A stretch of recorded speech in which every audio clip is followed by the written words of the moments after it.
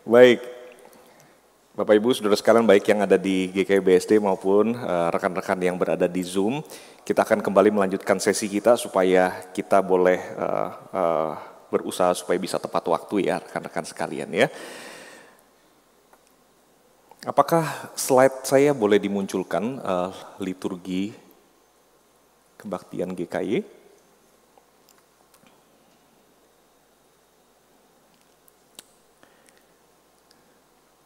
Ya, baik.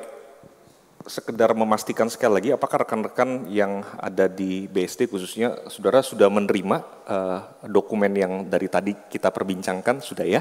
Semua sudah ya? Kalau memang memungkinkan bisa sambil membuka, melihat, tentu akan baik juga. Demikian juga dengan Bapak Ibu Saudara sekalian yang ada di tempat masing-masing, rekan-rekan yang ada di Zoom.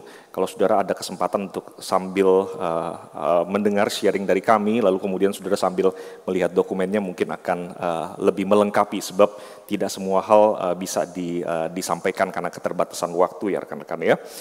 Baik Bapak Ibu Saudara sekalian, salah satu pertanyaan penting yang saya ingin selalu bisa dijawab dengan baik oleh mahasiswa yang saya ajar di kelas itu adalah kenapa kita membutuhkan liturgi pada waktu kita beribadah.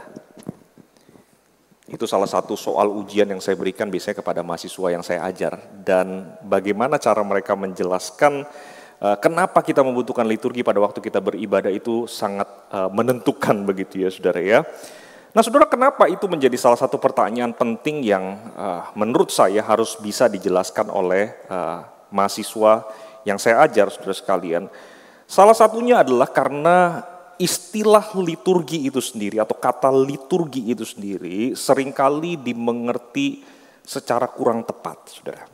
Ya, kita biasa mendengar kata liturgi, kita terbiasa dengan istilah liturgi, tetapi seringkali liturgi itu punya konotasi-konotasi yang sebenarnya mungkin lebih kepada karikatur daripada yang seharusnya begitu ya rekan-rekan ya.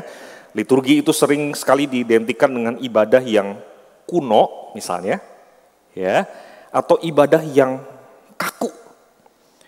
Ibadah yang sulit sekali untuk ngeflow begitu ya, mengalir dengan smooth begitu saudara ya.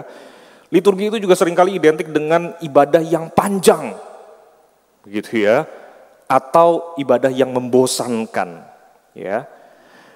Nah, tetapi sebenarnya rekan-rekan sekalian yang dikasihi oleh Tuhan, kalau kita kembali kepada pengertian liturgi itu sendiri, ya, pemahaman dasarnya, prinsip dasarnya, dan prakteknya, saudara sekalian, sebenarnya liturgi kebaktian itu bicara tentang segala sesuatu yang kita lakukan sebagai umat Tuhan pada waktu kita beribadah bersama-sama di hari Minggu.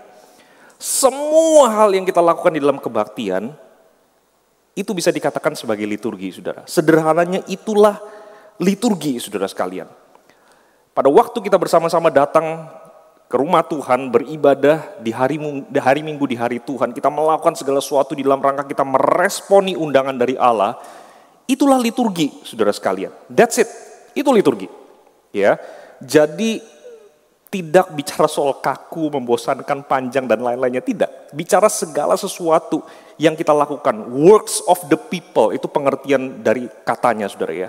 Apa yang kita lakukan bersama-sama sebagai umat Tuhan di dalam konteks kebaktian ketika kita meresponi undangan yang datang dari Allah untuk kita bersama-sama beribadah. Nah, dari pemahaman yang paling mendasar ini sebenarnya rekan-rekan, di sini kita bisa langsung menyimpulkan bahwa sebenarnya tidak ada satupun kebaktian yang tidak menggunakan liturgi. Ya, tidak ada satupun kebaktian yang tidak menggunakan liturgi. Ya, entahkah liturginya itu tertulis di buletin atau di warta gereja misalnya, atau tidak sama sekali. Ya, entahkah itu kompleks 1A, 1A1, 1A2 misalnya gitu ya. Dan seterusnya, sampai kemudian 11 misalnya begitu saudara ya. Atau cuman 1, 2, 3, 4, 5. Entahkah kompleks ataupun sederhana, ya saudara ya. Semuanya itu liturgi saudara sekalian. Bahkan saudara sekalian, sebut saja misalnya denominasi Brethren atau Quaker, di mana Denominasi ini punya keunikan begini saudara sekalian. Setiap kali mereka berkumpul tidak ada urutan yang wajib sama berulang minggu demi minggu.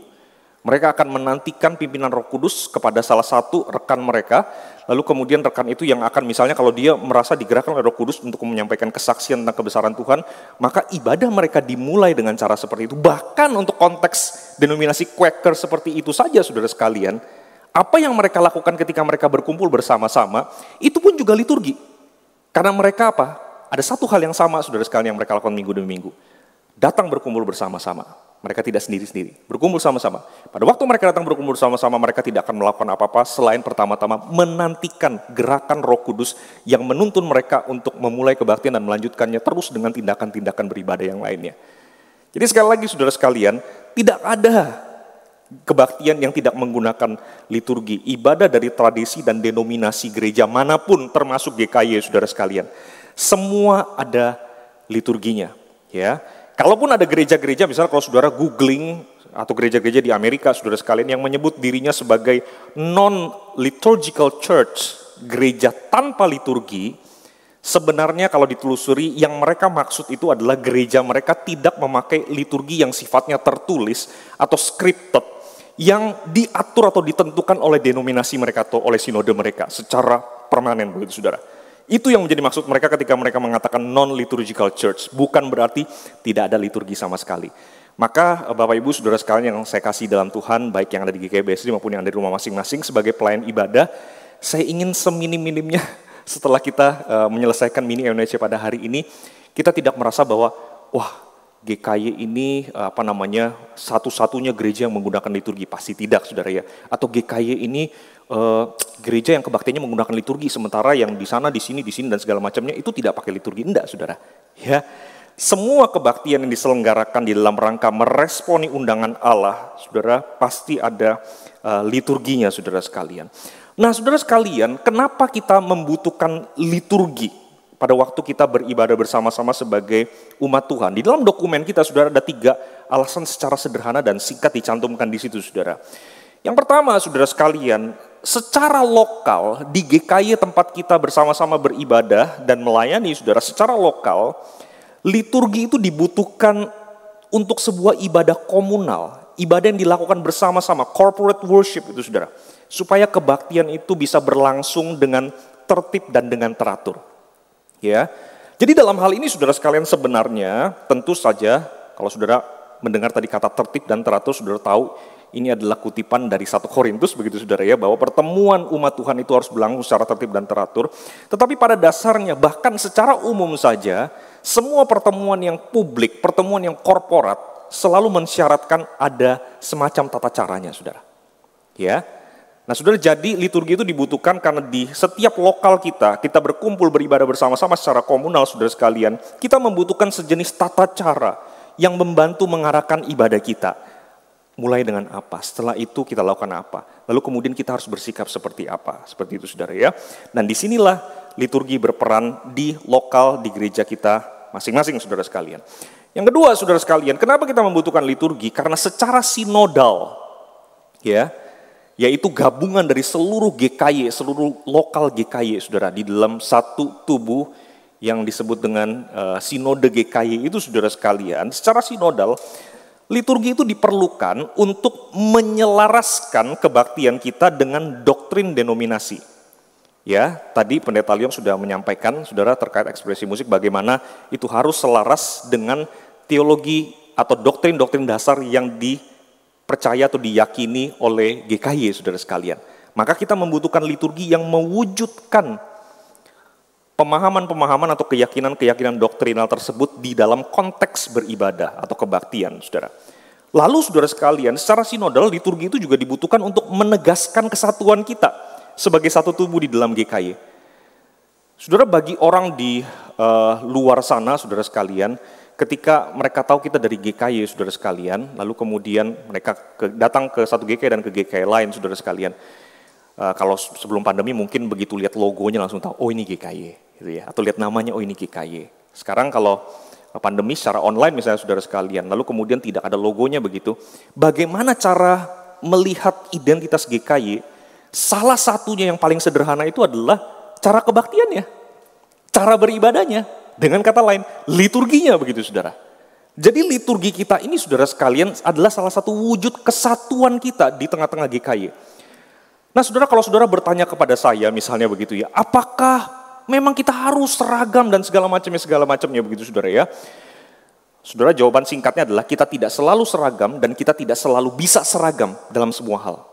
Tetapi di dalam hal-hal di mana kita bisa mewujudkan kesatuan kita secara lebih konkret, disitulah kita perlu melakukannya saudara. Dan salah satunya adalah melalui liturgi kebaktian kita.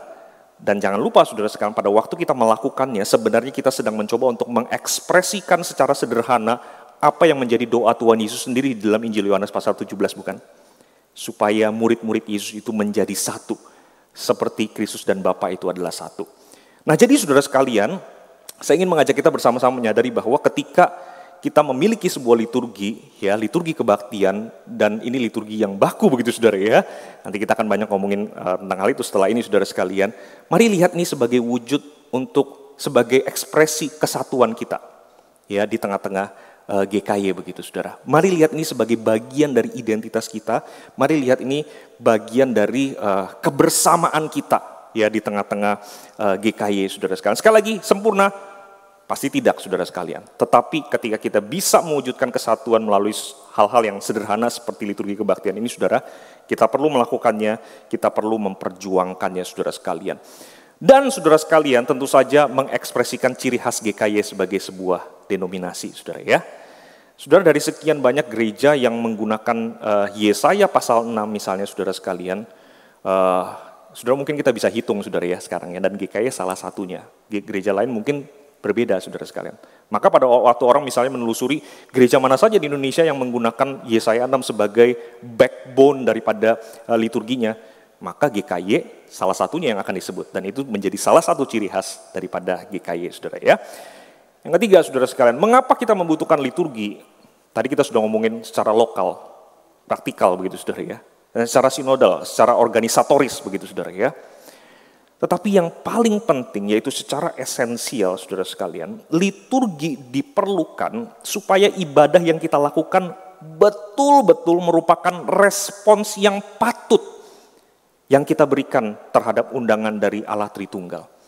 Saudara, kenapa kita concern? Oh harus begini, harus ada begini dan segala macamnya begitu saudara ya. Karena kita tahu bahwa ini adalah pertemuan yang penting. Tadi Pendeta Adri sudah menyebutkan worship itu kita sedang mengakui keberhargaan Allah itu. Yang tidak bisa dibandingkan dengan apapun. Dan semakin pribadi, semakin berharga, semakin terhormat pribadi yang kepadanya kita berhadapan, berkomunikasi, berdialog. Ya, artinya semakin kita harus lebih hati-hati memperhatikan bagaimana kita kemudian berkomunikasi, ya. Kalau di dalam konteks keseharian saja dengan orang-orang yang penting, yang khusus saja saudara kita memperhatikan hal-hal semacam ini dan kita merasa oke, memang perlu begitu saudara. Kalau nggak ada malah bahaya begitu saudara ya.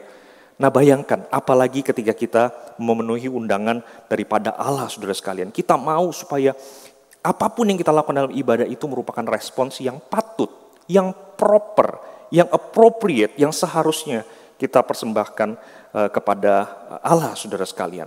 Nah liturgi saudara sekalian membantu kita supaya kita bisa saling menjaga satu sama lain. Ya, supaya apa saudara sekalian? Supaya kita tidak salah di dalam tindakan beribadah kepada Tuhan saudara sekalian. Nah sekali lagi saudara sekalian, itulah sebabnya, ini hanya 3 saudara, sebenarnya masih banyak alasan-alasan yang lain kita bisa kemukakan saudara sekalian, tetapi dari 3 ini saja saudara sekalian, itulah sebabnya kita memerlukan dan menggunakan sebuah liturgi yang baku di lingkungan GKY. Liturgi yang dipraktekkan oleh seluruh GKY saudara sekalian secara sama saudara ya.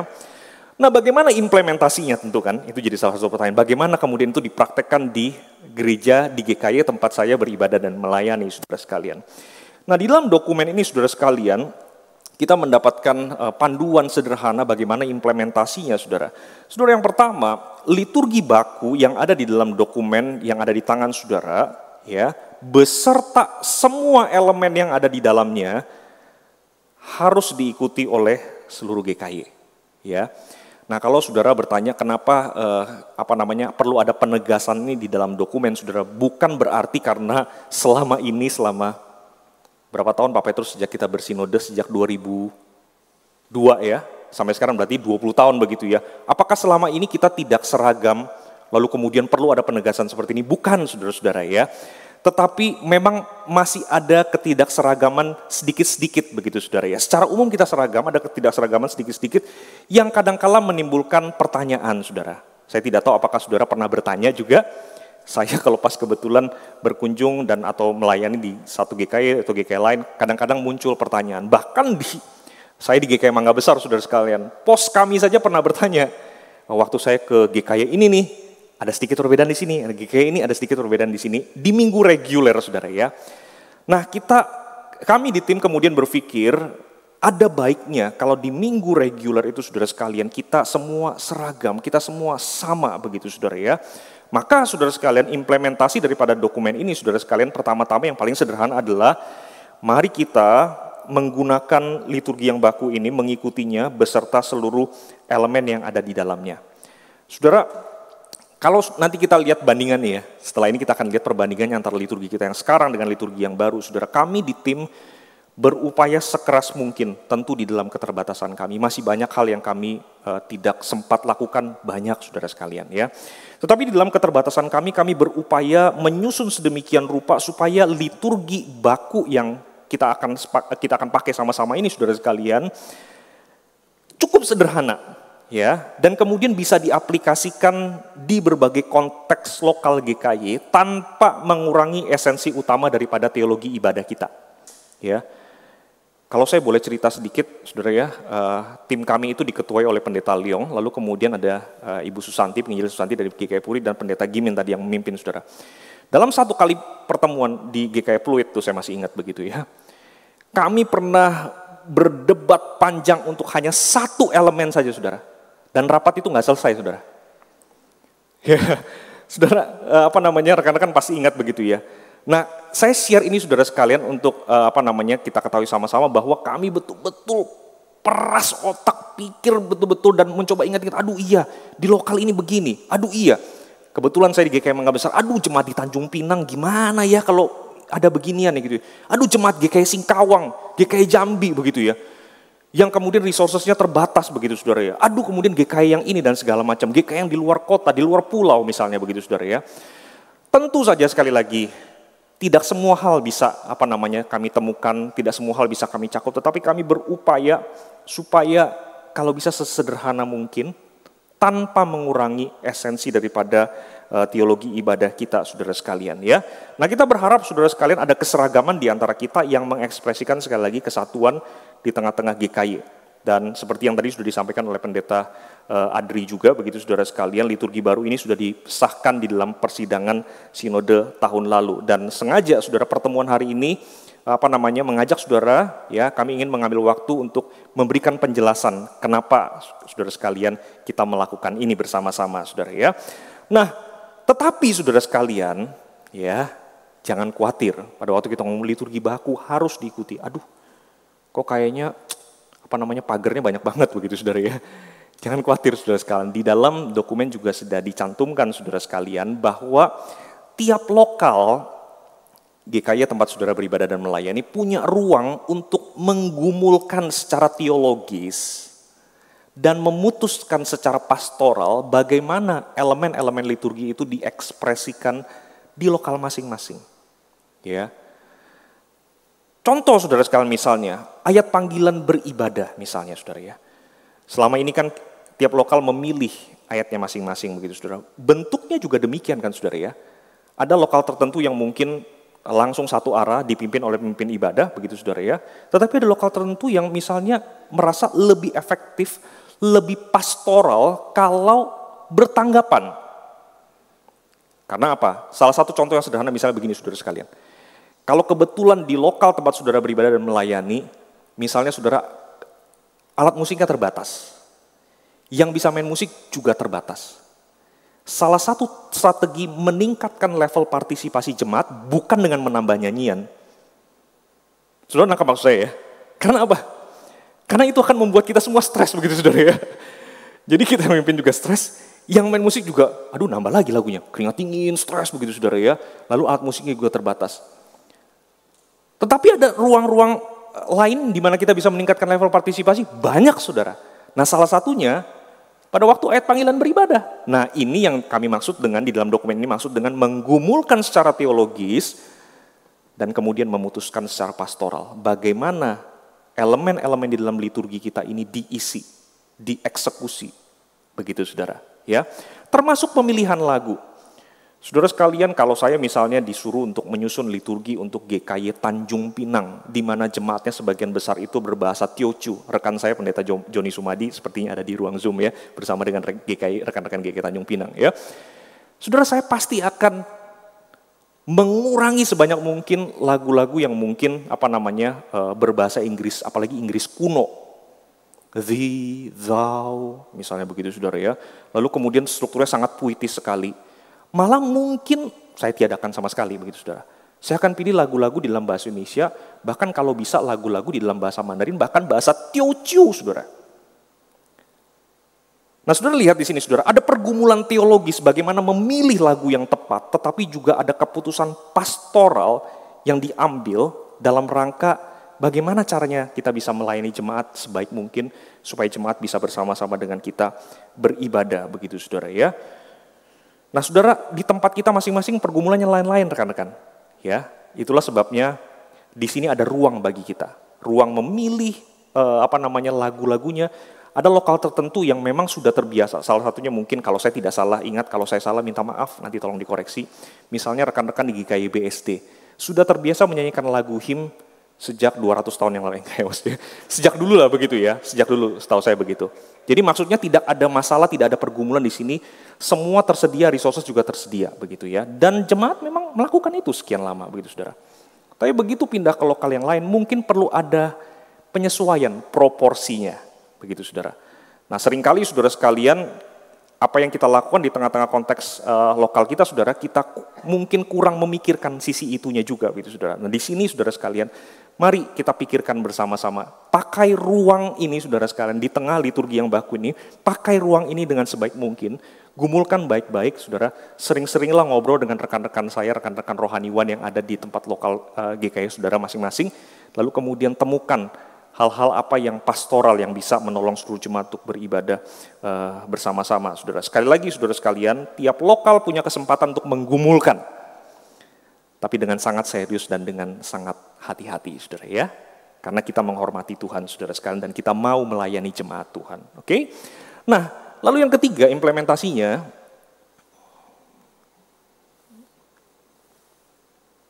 apakah ada pengaruh kalau saya makin tinggi? Oh ada saudara keluar ya gitu. Nah saudara, sebagian juga mungkin bertanya bagaimana dengan kebaktian-kebaktian khusus? Ya, saudara dokumen juga sudah mengakomodasi hal ini saudara sekalian. Penyesuaian minor dapat dilakukan di kebaktian-kebaktian minggu yang bersifat khusus. Misalnya masa-masa prapaskah atau Lent, masa Advent, kebaktian Paskah, kebaktian hari ulang tahun GKY BSD misalnya. Nah saudara silakan, penyesuaian-penyesuaian minor dimungkinkan oleh dokumen ini saudara sekalian. Nah tetapi kenapa ada catatan minor saudara sekalian? Karena itu kebaktian minggu. Ya biar bagaimanapun mari kita ingat itu adalah kebaktian minggu saudara sekalian. Ya kita berusaha supaya kebaktian minggu kita itu betul-betul merupakan ekspresi daripada Yesaya pasal 6 yang kita pakai sebagai struktur dasar daripada liturgi kita saudara sekalian. Tapi penyesuaian-penyesuaian minor yang diperlukan, misalnya kalau ada moment of anniversary, silakan saudara sekalian. Ya, ada satu rekan yang tadi pada waktu makan siang bertanya kepada saya, bagaimana dengan kebaktian-kebaktian non hari Minggu? Saudara, saya kira ruangnya lebih besar lagi saudara sekalian. Kan dokumen kita sementara ini hanya berfokus kepada kebaktian Minggu. Misalnya kebaktian Jumat Agung, saudara. Kami di GKY Mangga Besar dulu 6 jam saudara sekalian kebaktiannya. Ya. Maka tidak mungkin liturgi yang kebaktian minggu ini tidak cukup saudara untuk mengakomodasi waktu yang relatif panjang dengan berbagai macam penekanan-penekanan. Sebab biasanya kebaktian khusus itu ada penekanan-penekanan yang khusus begitu kan ya saudara ya. Jadi sekali lagi penyesuaian minor dapat dilakukan di kebaktian-kebaktian minggu yang bersifat khusus saudara ya. Nah saudara sekarang mari kita lihat bersama-sama liturgi yang baru dan kita bandingkan dengan liturgi yang lama. Yang ada di kolom sebelah kiri itu adalah liturgi yang kita pakai saat ini berdasarkan saudara ya, dokumen yang resmi yang pernah dikeluarkan oleh Sinode GKY beberapa tahun yang lalu. Ya, implementasinya bagaimana saudara sekalian? Sekali lagi seperti yang tadi saya sudah sampaikan, terjadi variasi. Ya, ada yang menggunakan semuanya, ada yang memilih untuk mengurangi beberapa item, saudara sekalian. Ada yang memakainya secara bergantian. Ya, nah tetapi itulah saudara yang di sebelah kiri itu adalah liturgi kita yang saat ini berdasarkan dokumen resmi yang pernah dikeluarkan oleh Sinode GKY, saudara sekalian. Yang tengah itu adalah kutipan dari Yesaya 6 yang menjadi struktur daripada liturgi kita, dan yang sebelah kanan itu adalah liturgi kita yang baru, saudara sekalian. Masih ada halaman kelanjutannya di bawahnya nanti, saudara sekalian. Tetapi dari sini saja, saya harap saudara bisa melihat bahwa dari jumlah item saja, liturgi yang baru ini lebih ringkas. Betul ya saudara ya? Atau saudara masih ingin melihat lagi? Silakan. Ya. Secara visual saudara langsung bisa melihat secara sekilas begitu saudara ya, bahwa item daripada liturgi yang baru ini lebih ringkas. Apakah mengurangi, membuang banyak hal? Bukan, saudara. Di dalam penelusuran kami, di dalam tim saudara sekalian, kami menemukan bahwa ada banyak item-item yang sebenarnya esensinya sama, tetapi ekspresinya berbeda. Ya, misalnya puji-pujian, ada nyanyian pujian, mazmur pujian, doa pujian. Esensinya sama, saudara sekalian. Hanya bentuknya berbeda. Ada yang bentuknya nyanyian, lalu kemudian juga dilanjutkan dengan bentuknya membaca mazmur, begitu saudara ya. Dan kemudian dalam bentuk doa pujian, begitu saudara. Nah kami di tim kemudian di dalam rangka mencoba menyederhanakannya, saudara sekalian, kami berpikir sebaiknya pilih saja salah satu supaya lebih sederhana, begitu saudara ya. Karena tidak ada esensi yang dikurangi, begitu saudara ya. Nah saudara perhatikan secara visual, secara sekilas saudara ya. Nah nanti kita akan lihat sampai ke bawah-bawah, apakah boleh terus ditampilkan saja slide PowerPoint-nya di layar.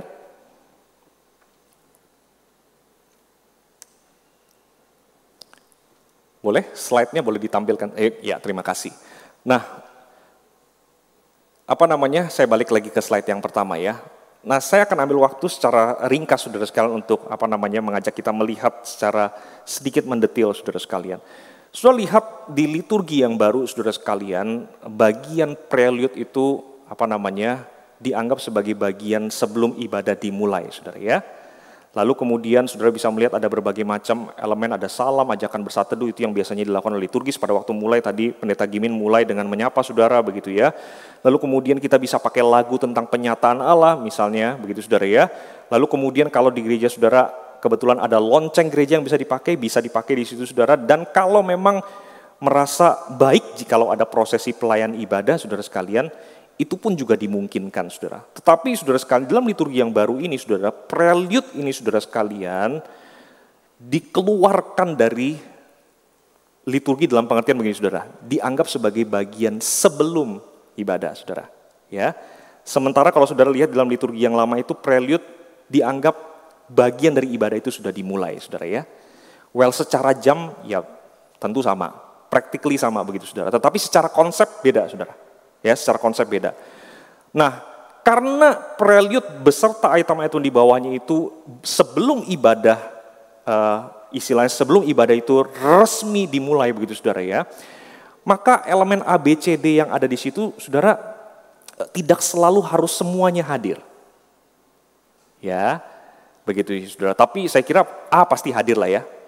Kan tidak mungkin saudara ya tidak menyapa jemaat, pasti saudara akan menyapa jemaat begitu ya. Lalu kemudian lagu tentang penyataan Allah kemungkinan besar akan hadir karena kita biasa memang pakai lagu begitu kan ya untuk menolong jemaat mempersiapkan diri begitu. Tapi lonceng beribadah, saudara kalau saudara bisa, saudara punya dan kalau bisa diadakan memang lebih baik saudara. Karena itu semacam menjadi penanda begitu. Tetapi kami di tim sangat menyadari saudara sekalian, tidak semua lokal itu punya luxury untuk menyediakan lonceng, begitu kan ya. Nah seringkali kadang-kadang digantikan dengan keyboard. Minta maaf saudara sekalian, kadang-kadang mungkin pilihan suaranya itu kurang pas sehingga tidak menggambarkan keagungan suara lonceng itu sendiri, begitu saudara ya. Nah bagaimana dengan prosesi pelayan ibadah, saudara sekalian? Ini pun juga silakan saudara pertimbangkan secara kontekstual. Ada GKI-GKI tertentu yang memang sudah terbiasa melakukan itu dan memang dirasa perlu begitu saudara ya. Tapi ada GKI lain mungkin merasa tidak harus begitu saudara ya. Nah ada ruang sekali lagi di situ di bagian prelude saudara. Nah mari kita masuk ke dalam liturginya saudara. Panggilan beribadah. Nah panggilan beribadah ini saudara sekalian. Ngomong-ngomong saudara, penjelasan setiap elemen ini ada di dalam dokumen saudara ya. Penjelasan singkatnya, saya akan membahasnya secara cepat saudara karena keterbatasan waktu saudara ya. Saudara ingat saudara sekalian, prinsip pertama di dalam definisi ibadah kita itu apa saudara? Ibadah Kristen adalah respons yang kita berikan kepada Allah yang mengundang kita saudara ya. Nah itulah sebabnya kebaktian kita dimulai dengan panggilan beribadah dan ekspresi liturgi yang paling mewakili menurut kami di tim itu adalah dengan menggunakan ayat panggilan beribadah, ayat firman Tuhan. Ya, karena ayat firman Tuhan itu sedikit banyak langsung memberikan pesan kepada jemaat bahwa ini adalah panggilan Tuhan. Ya, tentu saja ayat panggilan beribadah yang seringkali kita pakai itu mungkin kutipan dari Mazmur yang merupakan ajakan yang diberikan oleh manusia kepada manusia yang lainnya begitu saudara ya. Tetapi karena itu ayat firman Tuhan, maka sedikit banyak bobotnya pasti berbeda dengan kalimat yang kita ucapkan sendiri, yang bukan dari Alkitab begitu saudara ya. Nah maka saudara sekalian, di dalam panggilan beribadah ini saudara sekalian, mari pergunakan ayat panggilan beribadah, ayat firman Tuhan yang memanggil jemaat untuk beribadah. Ya, nah saudara perlu gumulkan baik-baik, perlu telusuri baik-baik, perlu perhatian bersama bahwa betul-betul ayat ini adalah ayat yang memanggil jemaat untuk beribadah atau setidak-tidaknya datang kepada Tuhan. Contoh misalnya, Matius 11 ayat 28 apa saudara? Kalau ada yang tahu dapat door prize dari GKI BSD. Minta maaf ya karena tuan rumah ya. Habis gini kayaknya nggak boleh di sini lagi nih ya Muselyong ya. Apa Matius 11 ayat 28 saudara? Marilah kepadaku semua yang letih lesu dan beban berat, aku akan memberikan kelegaan kepadamu. Nah ayat seperti itu tidak spesifik hanya untuk ibadah, tetapi saudara merupakan ajakan dari Tuhan Yesus sendiri untuk datang mendekat kepada Allah. Begitu kan saudara ya. Dan ayat-ayat banyak saudara sekalian di dalam kitab Mazmur 100, Mazmur 95 saudara sekalian. Itu semua bisa dipakai saudara ya. Lalu kemudian masuk ke bagian pemujaan saudara ya. Saudara lihat di paling kiri itemnya banyak, di bagian ini saudara sekalian kami dalam rangka menyederhanakan juga saudara sekalian. Setelah ayat, baik sekali kalau kemudian itu diresponi dengan nyanyian jemaat. Ya, ada nyanyian pengagungan dan syukur. Nah saudara, di sini kami tidak menentukan saudara mau pakai berapa lagu. Nggak ada saudara. Ini ruang yang diberikan kepada setiap kita. Ya, kami di GKI Mangga Besar seringkali pakai 2 lagu di medley atau lebih tepatnya mungkin 1,5 lagu kali ya rekan-rekan ya. Karena mungkin kita tidak selalu medley full 2 lagu. Tapi misalnya 1 lagu lalu medley dengan hanya refnya saja, begitu. Atau kadang-kadang bisa lebih sedikit kalau memang lagunya agak pendek, saudara. Nah, yang perlu digarisbawahi di bagian ini adalah isi nyanyiannya itu, saudara. Ya, adalah nyanyian pengagungan dan syukur. Jangan pilih lagu misalnya tentang komitmen, misalnya atau apalah saudara sekalian. Kan ada banyak lagu macam-macam. Atau misalnya ini contoh aja, saudara ya. Kaulah harapan dalam hidupku, misalnya begitu saudara ya. Nah mungkin kurang cocok saudara, bukan lagunya jelek tapi kurang cocok di bagian ini saudara ya. Oke, nyanyian pengagungan dan syukur. Lalu setelah itu saudara sekalian masuk ke pengakuan dosa. Nah saudara lihat, mungkin ini satu-satunya bagian di dalam liturgi ini di mana kami memberikan option ya, ayat atau nyanyian pengakuan dosa. Kenapa ada option di sini saudara sekalian? Tadinya kami juga bergulat salah satunya di item ini saudara ya. Ayat aja, enggak nyanyian aja, begitu kan ya. Wah debat panjang saudara sekalian, tapi setelah pikir lagi, sebaiknya bagian ini saja diberikan option begitu saudara. Ya, balik lagi, misalnya kenapa ayat saja? Karena mungkin di minggu-minggu tertentu, ayat firman Tuhan tentang pengakuan dosa itu jauh lebih powerful daripada misalnya menggunakan nyanyian. Tapi dalam beragam konteks yang lain, misalnya nyanyian itu mungkin jauh lebih menolong begitu. Jadi kami tetap memberikan ruang di sini. Hanya catatan kami di sini adalah, saudara tidak perlu pakai dua-duanya seperti yang sekarang kita lakukan. Ya, karena apa? Esensinya sama, saudara sekalian. Ya, esensi liturgikalnya sama, saudara sekalian. Ya, adalah pengakuan dosa begitu, saudara ya. Nah, lalu setelah itu saudara sekalian dilanjutkan dengan doa pengakuan dosa. Nah, masuk ke pengampunan dosa, saudara sekalian. Ada janji pengampunan dosa. Saudara, di sini saya ingin garis bawahi saudara sekalian, bagian ini, apalagi sekarang saudara ya, dengan liturgi yang baku ini saudara ya, bagian ini tidak boleh dihilangkan. Janji pengampunan dosa. Sebab saudara sekalian, janji pengampunan dosa ini adalah salah satu feature di dalam reform teologi, saudara. Ini adalah salah satu karakteristik teologi reform, saudara sekalian. Bahwa ketika Allah, bahwa ketika kita datang mengaku dosa kepada Allah, Allah pasti mengampuni kita. Bagaimana caranya? Di tengah-tengah segala kegagalan kita yang begitu banyak, saudara. Nggak tahu, saudara. Tapi realitas yang Alkitab ajarkan, Allah pasti mengampuni. Ya, di dalam kekayaan rahmat-Nya. Dan itulah sebabnya, saudara sekalian, ini perlu dikumandangkan sebagai kabar baik kepada seluruh jemaat Tuhan. Kalau enggak, kebaktian kita sendu sekali, saudara sekalian. Kita berhenti hanya pada pengakuan dosa. Nah, kita perlu ya mendengar janji pengampunan dari Tuhan. Nah, berbeda dengan rekan-rekan dari tradisi misalnya Katolik atau bahkan tradisi Lutheran, saudara sekalian, yang menggunakan formula kalimat absolusi atau absolution, saudara sekalian, sebagai hamba Yesus Kristus, aku menyatakan dosamu telah diampuni. Ya, kira-kira formulanya seperti itu, saudara ya. Nah, kita di kalangan reform, saudara sekalian, lebih memilih teks firman Tuhan. Ya, kenapa? Untuk memberi pesan kepada jemaat bahwa yang mengampuni ini bukan yang berdiri di sini yang kemudian menyampaikan formula absolusi itu, tetapi siapa, saudara? Tuhan sendiri, saudara ya. Maka jangan sampai ini ditiadakan, saudara sekalian. Pada waktu saudara melakukan penyesuaian minor, saudara, saya berharap saudara bukan ini bagian yang di take out, saudara. Karena ini bagian yang penting, saudara ya. Nah, lalu setelah itu, saudara sekalian, ada nyanyian syukur. Nah, saudara, kami pun juga tidak membatasi mau berapa jumlahnya, mau jenisnya seperti apa, lambat, cepat, segala macam. Saudara, yang jelas ini haruslah merupakan ekspresi syukur kita karena kita sudah diampuni oleh Tuhan. Dan pengampunan itu pasti karena dijamin sendiri oleh janji firman Tuhan sendiri, saudara sekalian ya. Apakah sampai saat ini cukup jelas, saudara? Semoga saya tidak terlalu cepat, saudara. Tapi kalaupun saya terlalu cepat, saudara bisa kembali lagi ke dokumen untuk melihat penjelasan lengkapnya. Ya, nah masuk kemudian ke bagian proklamasi, saudara ya. Ya, saudara lihat selalu ada kesesuaiannya dengan Yesaya pasal 6, saudara. Ya, saudara melihat di dalam liturgi yang baru ini, saudara tidak ada lagi petunjuk hidup baru, saudara ya. Notice nggak, saudara? Notice ya. Harusnya kalau di liturgi yang lama ada kan, saudara ya? Ada petunjuk hidup baru ya. Nah, di liturgi yang baru ini tidak ada lagi petunjuk hidup baru. Karena apa, saudara? Karena kami di tim setelah berdiskusi panjang dan mencoba melihat liturgi-liturgi dari denominasi yang lain juga, saudara sekalian, petunjuk hidup baru ini lebih tepat kalau langsung dikaitkan dengan teks Alkitab yang akan dikhotbahkan. Jadi lebih tepat kalau menggunakan teks Alkitab yang akan dikhotbahkan. Tapi karena kita punya ruang untuk membacakan teks Alkitab yang akan dikhotbahkan secara lebih panjang sebelum khotbah, maka sebaiknya petunjuk hidup baru dihilangkan saja, dipindahkan. Ya, karena fungsinya kurang lebih sama begitu, saudara ya. Saya lanjutkan, saudara ya.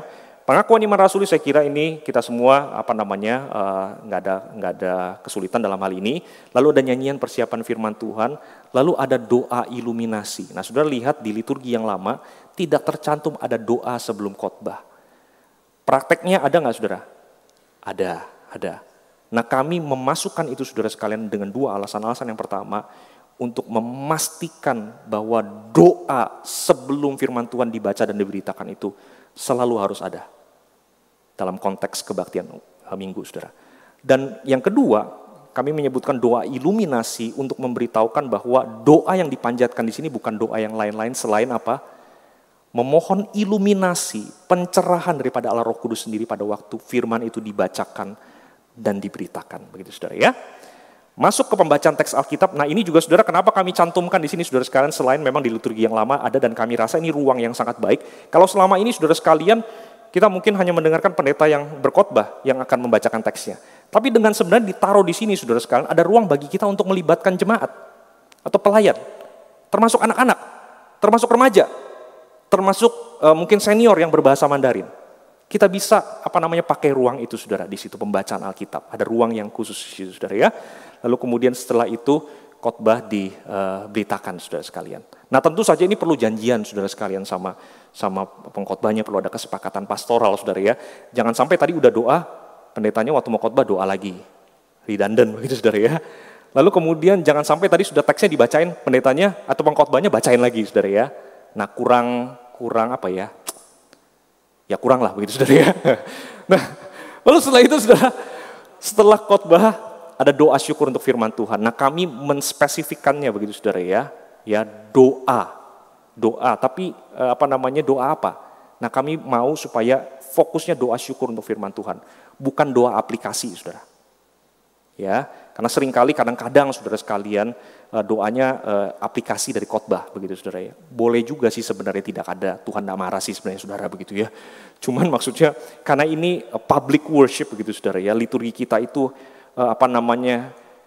has to mean something begitu saudara ya. Nah jadi di sini spesifik saudara kita mengharapkan doa syukur untuk firman Tuhan. Nah lalu setelah itu saudara sekalian, nah ini di sini biasanya posisi sakramen baptisan kudus atau CD, lalu kemudian perjamuan kudus dan upacara-upacara gerejawi lainnya bisa dilakukan. Ya, saya lanjut terus dedikasi. Ini saya kira nggak ada masalah, ini persembahan diberikan, lalu kemudian doa syukur, lalu kemudian ada doa syafaat saudara. Ya, terus saudara sekalian masuk ke berita pengembalaan. Nah kenapa ini diberi tanda kurung saudara?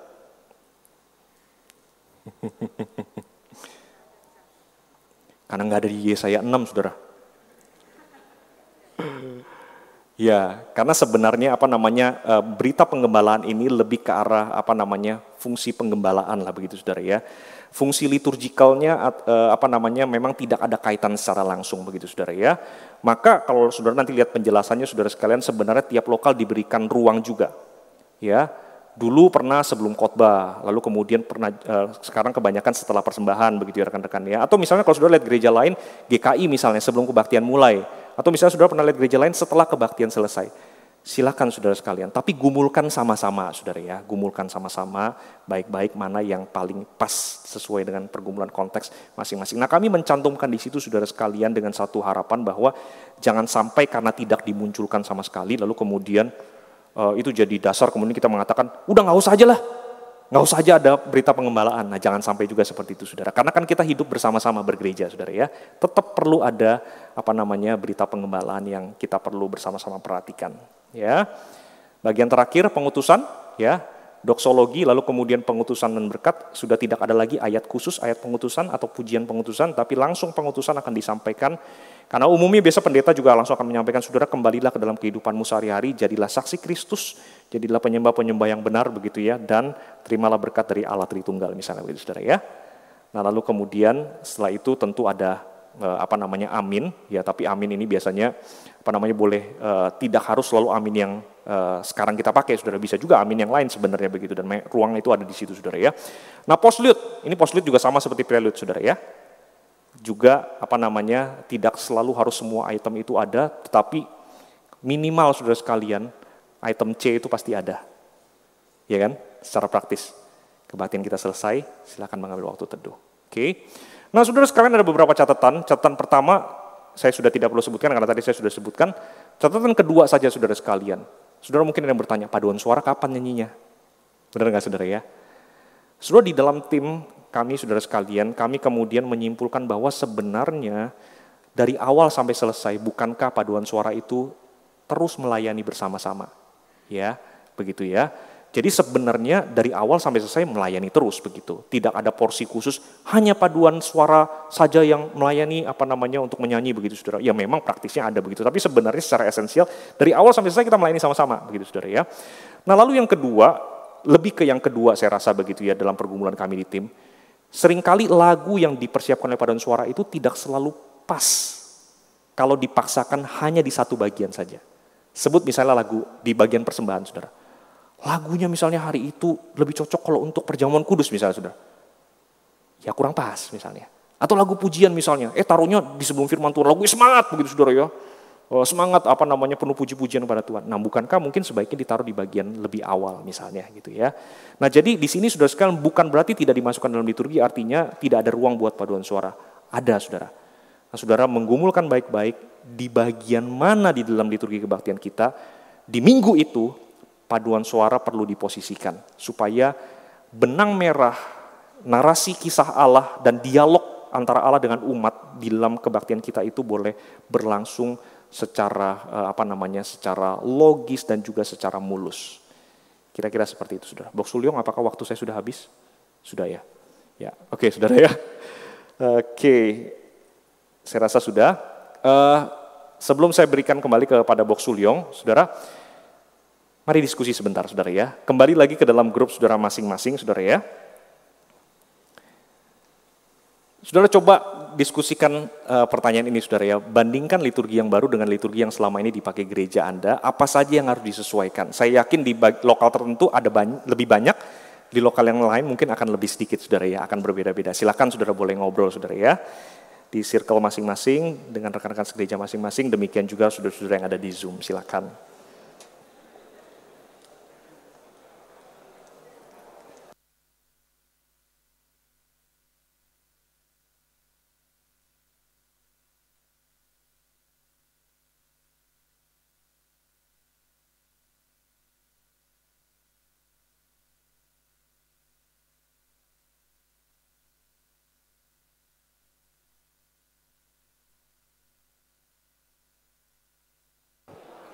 Baik, selamat siang saudara ya.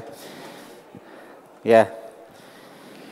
Oke, saudara, kita akan masuk di dalam sesi tanya jawab terkait dengan 3 sesi yang sudah kita lewati ya, baik tentang esensi, ekspresi dan tadi ya liturgi begitu. Nah, saudara, sebelumnya ya saya akan memanggil dulu rekan-rekan saya, tim saya yang selama ini 3 tahun lebih kami berjuang, berdebat bersama, dan sampai akhirnya membuahkan hasil seperti yang saudara pegang hari ini di tangan masing-masing. Saya panggilkan Pendeta Gimin dari Pluit, silakan boleh maju. Pendeta Gimin, Pendeta, ya. Lalu Pendeta Luki, ya. Silakan maju ya. Dan juga Guru Injil Susanti ya. Ya. Dari Pluit. Pendeta Luki tadi dari Mangga Besar ya, saudara ya. Ya. Oh, masih sekarang di Mangga Besar ya. Kirain sudah mau pindah, Pak. Boleh maju semua ke depan ya, biar dikenal oleh seluruh rekan-rekan baik yang ada di ruangan ini maupun yang ada di Zoom.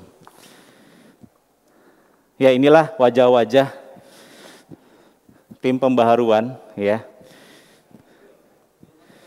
Itunya. Belum masuk kamera ya? Masuk ke kamera dong, temenin saya ya. Oke ya. Ya, inilah wajah-wajah teman-teman dari tim pembaharuan ibadah yang dibentuk ya 3-4 tahun yang lalu, saudara, untuk kemudian menggumuli bersama-sama dan kemudian akhirnya kami membagikan hasil daripada penelitian kami dan pembaharuan yang kita akan lakukan, saudara. Saudara, baik, kita akan masuk dalam sesi tanya jawab. Buat saudara yang ada di ruangan utama, saudara ya, saudara nanti kalau mau bertanya, saudara bisa ke mic yang ada di tengah ya. Nah, saya akan kemudian membacakan beberapa pertanyaan yang sudah ada dari platform Zoom.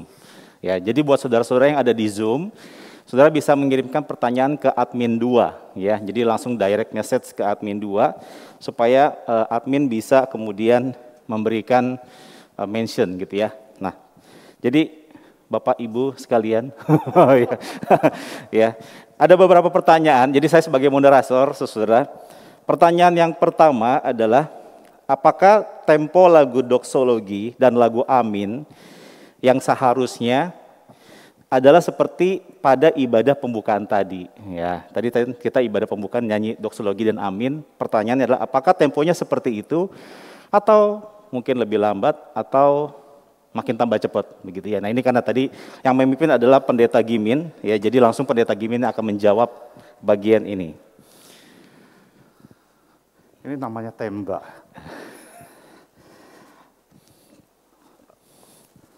Jawabanku relatif. Relatif maksudnya di dalam buku KPPK itu nggak tertulis berapa kecepatannya, nggak berapa apa. Tetapi juga jangan terlalu buru-buru. Kalau terburu-buru itu puji Tuhan. Itu kayaknya nggak menikmati. Tetapi doksologi itu merupakan pujian, hormat, kemuliaan kepada Tuhan kembali. Ya, jadi nyanyikannya dengan tempo yang moderate, juga jangan terlalu lambat. Kalau terlalu lambat itu juga seperti mendragging. Tetapi seperti orang lagi berjalan, orang lagi kecepatannya itu seperti lagi melangkah. Dan itu membuat itu lebih nyaman. Saya nggak tahu, menurut penilaiannya itu pertanyaan itu yang ditujukan itu, apakah menurut dia itu kecepatan atau kelambatan? Jadi gua juga susah jawabnya itu bagaimana kecepatan kelambatannya ya. Tetapi itu turut dengan porsinya. Saya nggak bisa katakan itu ukurannya cepat atau lambat gitu ya. Tetapi itu relatif lah. Saya kembalikan lagi kepada gereja masing-masing untuk menjawab, untuk memberikan tempo yang cocok lah. Tapi kalau ada gereja yang mengatakan aminnya itu panjang, ditarik pelan, itu saya percaya hamba Tuhannya juga capek banget ya. Itu tarikannya itu nafasnya itu panjang banget. Jadi seturut aja dengan gerejanya mampunya seberapa cepat. Tapi jangan kecepatan Bapak Ibu sekalian. Ya, jangan terlalu cepat. Sehingga inti dari arti lagu tersebut udah nggak ada apa-apanya lagi. Oke, itu aja jawabanku ya. Baik, terima kasih Pendeta Gimin untuk jawabannya. Jadi saudara dibuka ruang untuk mengatur kecepatannya, ya. Jadi ini diberikan ruang untuk mengatur apakah temponya seperti yang tadi atau mau sedikit lambat. Tapi tentu saja jangan terlalu, ya. Semua yang terlalu itu nggak bagus, saudara ya. Terlalu gitu ya. Jadi sekali lagi perlu diatur. Dan pentingnya juga saudara, biasanya yang mimpin doksologi amin itu kan pendeta atau gembala lokal ya, begitu ya. Atau kemudian kalau pendeta nggak ada, gembalanya nggak ada, mungkin digantikan oleh hamba Tuhan setempat.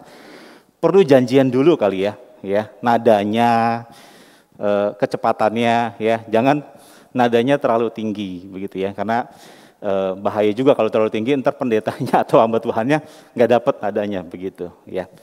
Oke, pertanyaan berikutnya adalah terkait dengan bagaimana kita melihat bisa melihat unsur-unsur yang ada di dalam ibadah, bisa membuat umat mengalami perjumpaan dengan Allah Tritunggal. Ini Pendeta Lucky mungkin bisa membantu untuk menjawab. Ya, saudara, di balik pertanyaan ini ada asumsi yang kita perlu sama-sama klarifikasi terlebih dahulu ya, saudara ya.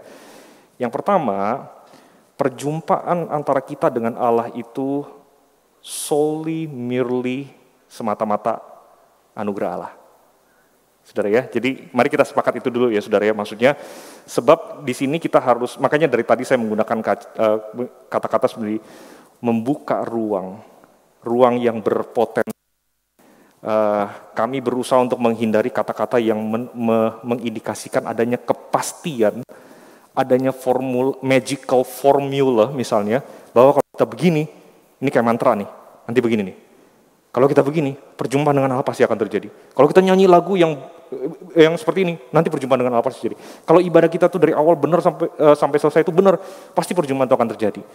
Nah, mari kita sama-sama sepakati terlebih dahulu bahwa perjumpaan Allah dalam pengertian dijumpai dan menyadari bahwa kita itu mengalami perjumpaan dengan Allah itu semata-mata karena anugerah Tuhan, begitu ya saudara ya. Nah, tetapi kalau yang dimaksud itu adalah bagaimana untuk kemudian membuka ruang-ruang yang potensial, yang menolong setiap kita yang beribadah itu available terhadap ruang-ruang perjumpaan, terhadap anugerah Allah yang bisa datang kapan saja, dengan cara yang bagaimana saja. Nah maka saudara sekalian, sebenarnya kalau tadi lihat balik ke dalam penjelasan yang coba kami utarakan di dalam dokumen itu saudara sekalian, kalau saudara tadi lihat ada prinsip, ada lihat kaidah segala macam, kalau saudara mencoba untuk memperhatikan hal tersebut saudara, ya, saya yakin saudara sekalian ruang-ruang yang potensial itu akan lebih banyak dan lebih ditonjolkan. Salah satu contoh misalnya saudara, ya, yang kami lakukan misalnya, saya pakai contoh GKI Mangga Besar, minta maaf saudaranya bukan apa-apa, tapi karena itu yang saya paling banyak tahu begitu saudara ya. Kami di GKI Mangga Besar itu terbiasa kalau mau doa pengakuan dosa, pada waktu hamba Tuhan sudah naik, lalu kemudian mari kita ambil waktu tenang, masing-masing berdoa secara pribadi. tidak ada iringan apa-apa, saudara. Hening. Kalaupun ada musik, ya, musik itu sampai satu titik akan berhenti dan silent momennya itu terus berlanjut, saudara. Ya. Apakah dulu seperti ini? Enggak juga, saudara sekalian. Zaman dulu pernah juga selalu diiringi dengan musik, begitu, saudara, ya. Nah, kenapa kemudian kami memutuskan untuk menyediakan ruang itu, saudara? Saudara bayangkan dari awal sampai selesai, saudara sekalian, begitu crowded, saudara, ya. Di mana ruangnya betul-betul kita datang kepada Tuhan dan mengatakan kepada Tuhan, Tuhan aku, I am sorry. Aku sudah salah, Tuhan. Dan butuh silent moment yang cukup, tidak perlu juga terlalu panjang, tapi yang cukup untuk betul-betul umat melakukan seperti yang diinstruksikan dari mimbar, bukan? Datang kepada Tuhan secara pribadi. Di dalam banyak kasus, saudara sekalian, termasuk di gereja lain, saudara, ya, saya baru begini, Tuhan, mari kita berdiri. Waduh, belum juga doa, baru ngomong Tuhan begitu, ya. Belum mengaku begitu, saudara, ya. Nah, jadi misalnya dengan memberikan silent moment itu, saudara sekalian, di bagian itu, nah itu menolong kita untuk menyadari. Dan tentu saja dengan kalimat-kalimat transisi, ya, terbiasa sekali rekan-rekan liturgis di GKI Mangga Besar misalnya menyapa jemaat, mengawali dengan mengatakan hari ini kita bersama-sama meresponi undangan Tuhan untuk berjumpa dengan Dia. Nah, saudara, itu adalah strategi-strategi yang bisa kita munculkan, meningkatkan kesadaran jemaat bahwa di momen yang khusus ini, inilah yang kita rindukan, yaitu perjumpaan dengan Tuhan. Nah, yang ketiga tentu, pendidikan tentang ibadah, pemahaman tentang ibadah itu perlu terus disampaikan, ya, ditekankan di dalam berbagai macam konteks yang memungkinkan. Nah, mungkin kira-kira itu dulu kali ya, Mas Ayong, ya. Terima kasih buat pertanyaannya, saudara. Untuk jawabannya. Pertanyaan ketiga dari Zoom, saudara. Yang pertanyaan ketiga adalah, saya baca, ya. Di dalam ibadah, kalau ibadah adalah undangan dari Allah Tritunggal, tetapi kenapa di panggilan ibadah kita, pertolongan kita adalah, ya, saudara masih ingat ya formulasi votum itu, dari Allah Bapa, Tuhan Yesus Kristus, amin. Mengapa tidak ada Allah Roh Kudusnya? Ya, jadi pertanyaan ini saya akan address kepada Guru Injil Susanti untuk bisa menjawab.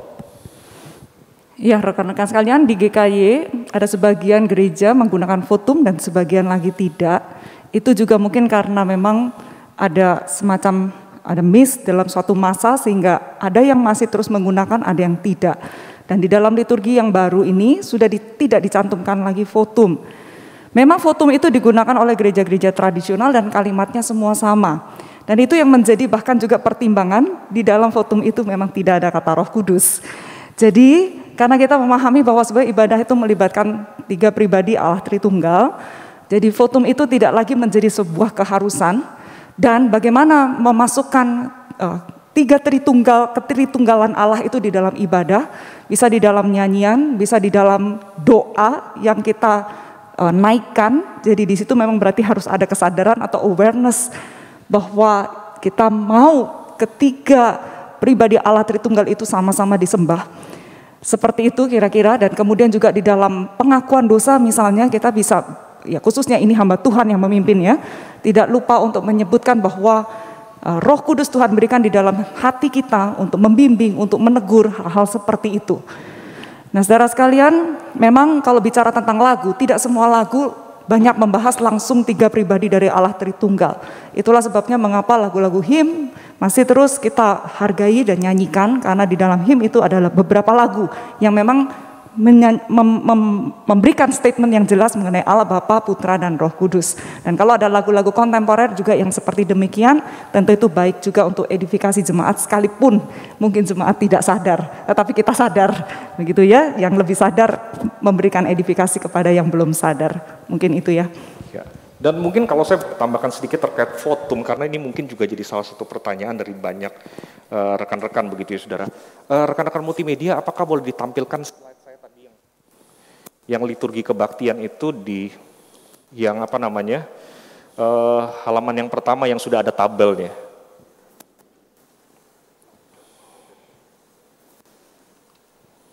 Boleh? Kalau boleh tahu, khususnya rekan-rekan yang ada di BSD ya, berapa banyak yang masih ada votum di liturgi kebaktiannya? Ya, oke. Ya, terima kasih, turunkan tangan. Ini kayak lagi KKR, saudara ya. Haleluya. Ya, It's okay saudara, jangan merasa bersalah atau bagaimana saudara. Tetapi sebenarnya saudara sekalian, kalau saudara lihat yang di sebelah kiri itu saudara, itu liturgi yang dipakai saat ini berdasarkan dokumen yang official yang dikeluarkan oleh sinode. Apakah saudara menemukan fotum di situ saudara? Tidak ada saudara. Jadi sebenarnya saya lupa di tahun berapa begitu saudara ya. Belum terlalu lama sebenarnya saudara sekalian pada waktu dokumen dimunculkan, memang fotum itu sudah tidak lagi dimasukkan di situ. Nah, kenapa banyak GKI masih menggunakan fotum? Saudara, saya juga jemaat GKI, GKJMB dulu saudara sekalian, waktu saya masih di Balikpapan saudara sekalian, mengikuti semua GKJMB yang lain, kita menggunakan fotum. Tetapi kemudian sampai satu masa ketika ini muncul saudara sekalian, sebagian gereja sudah mulai tidak menggunakan fotum lagi, mengikuti ini, jadi nggak salah juga. Sebagian mungkin karena berpikir bahwa ini kita lakukan sejak dulu, jadi terus saudara sekalian. Ya, nah tadi sudah dijelaskan sedikit pertimbangan-pertimbangan dan kalau ngomong soal fotum ini saudara, sejarahnya sedikit panjang saudara sekalian dan complicated begitu saudara ya. Tapi sebenarnya yang kami lakukan atau yang kita lakukan di dalam liturgi yang baru ini saudara sekalian bukan menghilangkan fotum, tetapi memang meneruskan liturgi yang lama. Fotum itu tidak ada saudara sekalian dengan beragam pertimbangan yang tadi sudah sempat disampaikan juga saudara ya. Nah jadi sekali lagi mohon setelah ini sudah cukup jelas mudah-mudahan begitu ya, kenapa fotum itu tidak ada lagi di dalam liturgi kita, begitu saudara. Baik, ya. Setelah itu sesi pertama, 3 pertanyaan dari Zoom. Nah, saya membuka kesempatan 3 orang, saudara boleh bertanya di ruangan ini, saudara boleh angkat tangan, ya 1, 2, oke 3 ya. Jadi silakan satu-satu dulu ya, pertanyaan pertama. Oke. Boleh mic yang di tengah? Oke. Cek. Ya. Sudah, thank you. Saya Henry dari GKI Puri. Saya mau bertanya tentang doksologi di dalam penjelasan, ya maksudnya membandingkan dengan praktek yang biasa, yang pernah kami lakukan juga di Puri. Jadi ini disebutkan penjelasannya adalah respon kita memuji Allah Tritunggal dan selanjutnya. Doksologi yang biasa di KPPK itu jelas menyebutkan Allah Tritunggal. Berapa kali dalam acara-acara khusus kita menyanyikan doksologi, kita ganti dengan lagu bagi dia segala pujian, terus segala pujian. Itu tidak ada Tritunggal di bagian itu, kita ganti. Apakah misalnya doksologi itu sebuah kewajiban dengan respon di dalam doksologi Allah Tritunggalnya disebutkan, atau memang itu sebuah memang lagu yang tadi yang saya sampaikan itu kan juga sebuah respon penghormatan, mengembalikan semuanya kemuliaan hanya bagi Tuhan. Gitu. Terima kasih.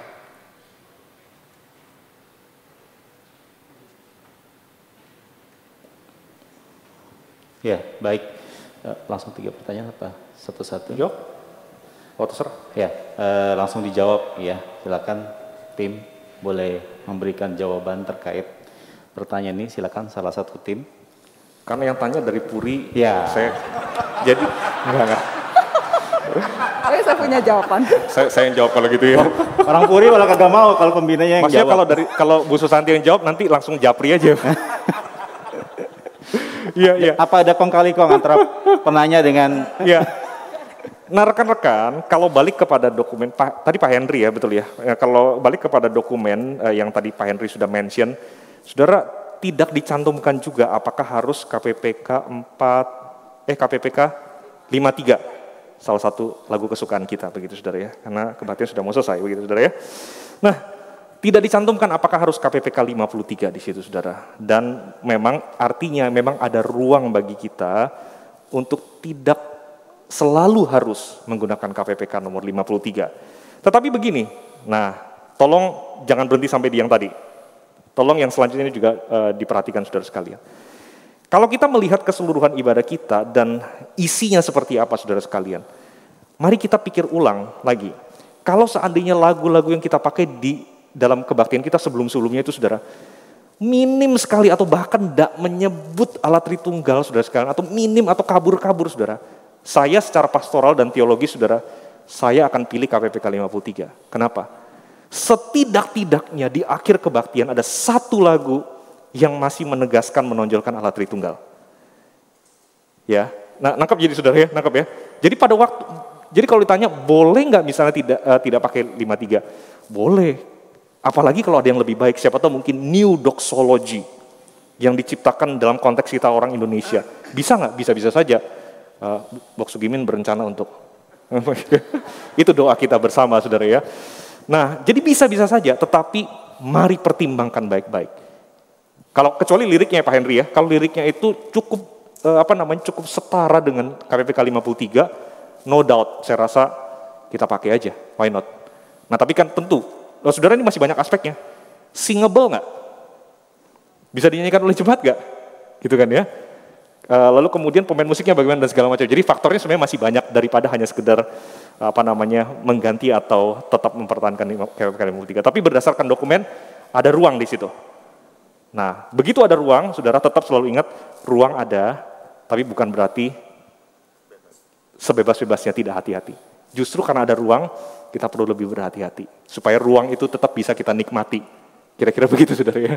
Ya, semoga menjawab Pak Henry. Cukup ya, sudah tidak perlu dijawab sama Bu Santi ya.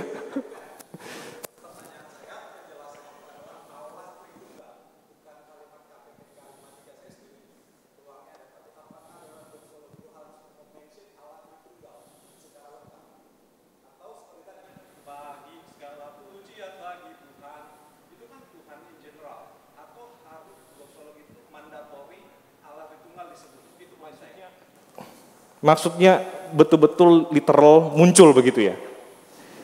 Karena penjelasannya Allah itu nggak penjelasan.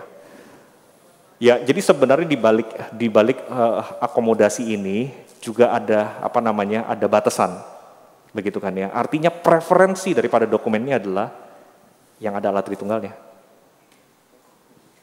Ya, Bok Sugimin mau tambahkan silakan.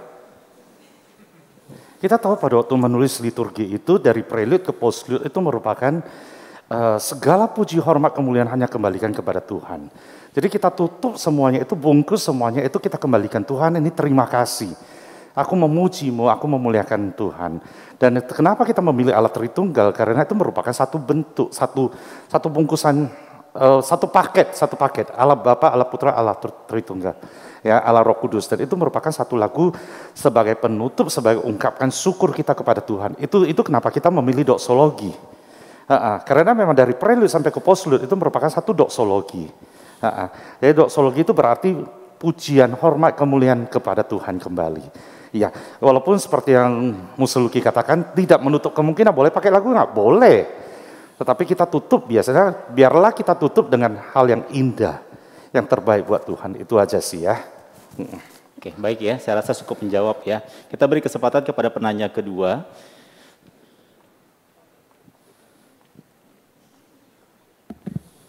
Ya, selamat siang. Pertama-tama terima kasih untuk segala penjelasan yang saya rasa sangat baik buat kita semua. Perkenalkan saya penginjil Gili, ada 2 pertanyaan sebenarnya yang saya mau ajukan. Pertanyaan yang terpenting dulu, gitu ya. Yang terpenting ini sangat teknis sekali. Apakah untuk ayat-ayat yang misalkan ayat jaminan pengampunan ataupun pengakuan dosa, apakah ayatnya, lokasi ayatnya itu dibacakan ataukah sebenarnya tidak perlu hanya kalimat-kalimatnya saja yang diucapkan oleh si worship leader untuk mengeflow ibadah itu, untuk membuat ibadah itu semakin mengalir, tidak patah-patah seperti itu. Nah, ini apakah ada keputusan dari tim pembaruan bahwa tidak perlu, ataukah hanya sebuah suggest begitu ya? Nanti mungkin bisa dijawab. Nah, yang kedua, terkait dengan Yesaya 6 ini yang menjadi backbone-nya, untuk tadi kan dikatakan bahwa di dalam ibadah-ibadah yang sifatnya tidak reguler atau ibadah-ibadah khusus itu bisa dilakukan perubahan minor seperti itu ya. Nah, tetapi saya ingat bahwa ada satu buku juga yang saya baca dari bukunya Bryan Chapell, Christ Centered Worship, yang juga memasukkan backbone lain di dalam ibadah. Nah, apakah sebenarnya di dalam ibadah-ibadah yang tidak reguler, misalkan contoh, Natal tahun ini tanggal 25 itu hari Minggu begitu ya. Apakah boleh kita mengubah backbone-nya? Nah itu yang menjadi pertanyaan saya. Terima kasih. Baik, terima kasih untuk pertanyaannya. Rekan-rekan, ya, silakan. Ini kalau gini udah semua pada mau maju. Bukan, karena tadi bukan Boksu Gimin dari Pluit, dekat sama Telugong. Yang agak jauhan dikit, Puri. Yang dari Puri kalau gitu. Itu dari Telugong. Karena berbicara tentang liturgi itu menarik sekali. Yang pertama tadi bicara tentang, kok lupa, sorry. alamat ayat. Oke, kalau tadi perhatiin, pada waktu aku memimpin, ayat pengakuan dosa aku nggak ucapin. Aku cuma mengatakan pemazmur mengatakan ini. Jadi biarlah kita juga datang kepada Tuhan dan seperti pemazmur dengan hati yang sama seperti dia, kita mengatakan kepada Tuhan, Tuhan, aku banyak pelanggaranku, aku membuka hati untuk Engkau. Tapi pada waktu janji pengampunan dosa, aku bacakan ayatnya itu. Jadi saya merasa itu relatif. Relatif maksudnya bagaimana flow dari satu item ke item yang lain. Jadi kita jangan membuat ibadah yang sekarang ini seperti ibadah yang very tradisional. Mari kita menyanyikan lagu nomor 1. Mari kita menyanyikan lagu ini. Itu nggak zamannya lagi. Tetapi bagaimana kita menyajikan sesuatu yang flow dan membuat jemaat masuk ke dalam ibadah itu tanpa ada kotak-kotak-kotaknya. Jadi kita membawa itu supaya semuanya berjalan dengan lancar. Itu yang pertama. Lalu yang kedua, apa yang kedua? Oh iya betul, ya betul. Sorry, udah tua. Paling senior di antara kami. Ya, jadi maklum ya saudara. Boleh nggak? Saya jawab boleh, karena saya sering juga lakukan hal itu. Yesaya 6 itu cuma basic backbone-nya. Saya pernah merancang satu ibadah dengan Mazmur pasal 8. Menjadikan itu satu ibadah. Dan seringkali di Pluit kita lakukan, Natal kita bicara seperti storyteller ya. Kita menampilkan seperti kita membawa mereka itu kepada suasana ini, lalu masuk lebih dalam lagi. Jumat Agung juga kita lakukan seperti storyteller ya, rekan-rekanku ada di sini. Nah, jadi kita desain dengan sesuatu apa yang kita mau nyajikan. Tetapi itu membawa jemaat mengalami apa yang kita tulis. Bukan cuma sekedar kita buat liturgi isi slot, enggak. Kita bagaimana membawa dari awal prelude itu sudah membawa kita masuk ke dalam satu cerita. Sampai akhirnya kepada postlude. Dan diutus keluar. Apa tujuan kita menulis liturgi ini? Ada tujuannya. Jadi kita bikin liturgi bukan mengisi lagu pemujaan, lagu ini, ayat pengakuan dosa ini kita cuma isi slot, enggak. Tetapi kita memikirkan bagaimana garis benangnya dari prelude sampai ke postlude. Itu menjadi satu ibadah yang indah. Itu aja saya jawab ya. Baik, terima kasih Pendeta Gimin. Ya, penanya ketiga, silakan. Ya, thank you, Pendeta Leong. Saya ada 2 pertanyaan. Yang pertama, kita mundur sebentar ya, mengenai panduan ekspresi yang tadi ya. Dan sebenarnya ada 3 hal fundamental kan di dalam kita mengadakan ibadah ya. Yang pertama, ya sebenarnya tujuan ibadah yang kita rancang itu memang mendorong jemaat menaikkan level partisipasi mereka. Nah, maksud saya gini, praktikalnya itu parameter apa yang bisa kita ukur? Oh, jemaatku sudah naik nih partisipasinya mungkin dari 40% ke 60% misalnya gitu. Apakah dengan cara misalnya dulu om ini sama tante ini yang nggak pernah nyanyi dari awal sampai akhir, terus dia nyanyi. Nah itu apakah sebenarnya salah satu parameter yang kita bisa ukur ya? Oh berarti si om dan tante ini berarti dia sudah berpartisipasi dalam ibadah. Itu yang pertama. Kemudian yang kedua, balik ke liturgi dari Pendeta Luki yang di-share yang baru ya. Nah, untuk yang bagian ini nih, doa iluminasi ya, sampai ke doa syukur untuk firman Tuhan. Nah, di situ apakah sebenarnya ruang ini bisa kita berikan kepada pengkhotbah gitu, Pendeta Luki. Artinya liturgis akan memimpin setelah nyanyian persiapan firman Tuhan and then selesai ya. Kemudian ruang itu diberikan kepada yang pengkhotbah, tetapi kita membrief, Pak tolong ya kita ada doa ini, jadi jangan sampai misalnya oh shalom langsung cerita gitu ya, itu kan ada beberapa tipikal pembicara seperti itu. Kemudian pembacaan teks Alkitab memang ya mungkin akan ini dan mungkin akan mengajak congregation itu membaca bersama-sama misalnya gitu. Nah itu apakah ruang itu bisa kita berikan kepada pengkhotbah supaya nggak overlapping, takutnya ada hamba Tuhan yang mungkin kita mengundang orang luar, kemudian dadakan atau apa, jadi nanti double-double seperti itu. Tuh.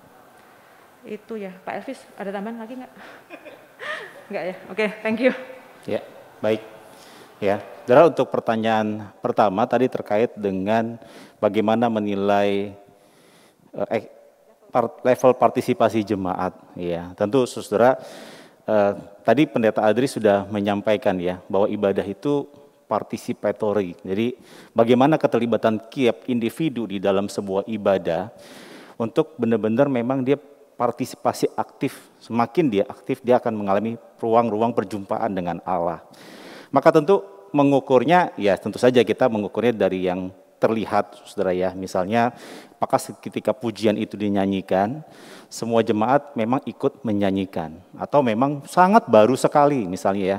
Nah tentu kalau sangat baru, saudara perlu ada namanya praibadahkah atau apa gitu ya, diajarkan dulu. Supaya nanti pada waktu dinyanyikan, jemaat pun dia ikut bernyanyi dan mengalami juga perjumpaan dengan Tuhan melalui pujian itu, saudara. Ya, jadi kira-kira bisa dinilai dari seperti itu, ya partisipatorinya ya. Nah, lalu pertanyaan kedua, silakan rekan-rekan menjawab.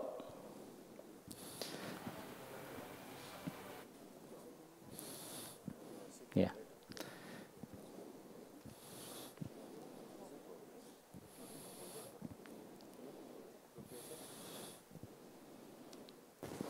Ini di dalam tim ini saya yang paling muda, saudara ya. Kelihatan dari wajah saya kan, saudara? Tolong dukunglah saya, saudara. Jadi saya sering didorong-dorong nih sama yang senior. Guyon maksudnya. Ya, tadi terkait dengan pertanyaan soal doa iluminasi, boleh-boleh saja. Ya, boleh-boleh saja. Nah, catatan yang diberikan oleh dokumen adalah untuk doa iluminasi khususnya. Dalam hal ini, pengkhotbah atau rohaniwan akan mewakili seluruh jemaat untuk memimpin doa, begitu. Jadi artinya memang mic saya sering mati nih. Bisa diberikan kepada pengkhotbah, ditugaskan kepada pengkhotbah, atau mungkin dalam case tertentu ini pengkhotbah tamu dan mungkin kebetulan pengkhotbah yang sudah sangat senior sekali, ya sangat senior sehingga akan lebih baik kalau beliau itu misalnya konsentrasi untuk berkhotbah saja. Nah, rekan rohaniwan di misalnya di GKI BSD boleh kemudian memimpin doa iluminasi tersebut begitu. Dan yang selanjutnya ya tentu saja itu kan bagian hamba Tuhan ya. Nah, doa syukur untuk firman Tuhan, tetapi kalau perhatikan di situ doa ini dapat dipimpin oleh pengkhotbah atau orang lain yang ditunjuk dan tidak memberikan spesifik apakah orang ini harus rohaniwan atau tidak. Ya. Bisa saja kemudian misalnya di dalam special occasion kita akan minta salah satu anak sekolah minggu kita. Ya kan, saya dengar-dengar kan GKI BSD katanya sedang mencoba untuk menggumulkan tentang ibadah intergenerasi misalnya gitu ya. Nah, apakah kemudian selesai khotbah seorang anak sekolah minggu menaikkan doa yang sederhana? Terima kasih Tuhan untuk firman Tuhan yang boleh kami renungkan. Dalam nama Tuhan Yesus, amin. Sah nggak saudara? Sah saudara. Sudah dalam nama Tuhan Yesus saudara. Nah, jadi ada ruang di situ ya Bu ya. Oke, saya harap bisa menjawab. Thank you. Ya, oke saudara ya, saya rasa seru sekali bagian Q&A saudara ya. Tapi karena waktu kita terbatas sekali lagi saudara, saya tutup ya sesi Q&A yang saat ini. Nah, kita akan lanjut ke dalam sesi berikutnya yaitu simulasi ibadah dengan resources yang tidak terlalu banyak ya. Jadi saudara mari kita kembali mengikuti ini. Nanti pertanyaan-pertanyaan saudara yang masih belum terjawab nanti kami usahakan atur waktu di sesi yang terakhir, saudara ya, terkait dengan esensi. Nanti kita coba atur waktu di situ untuk kembali menjawab, ya, melakukan Q&A.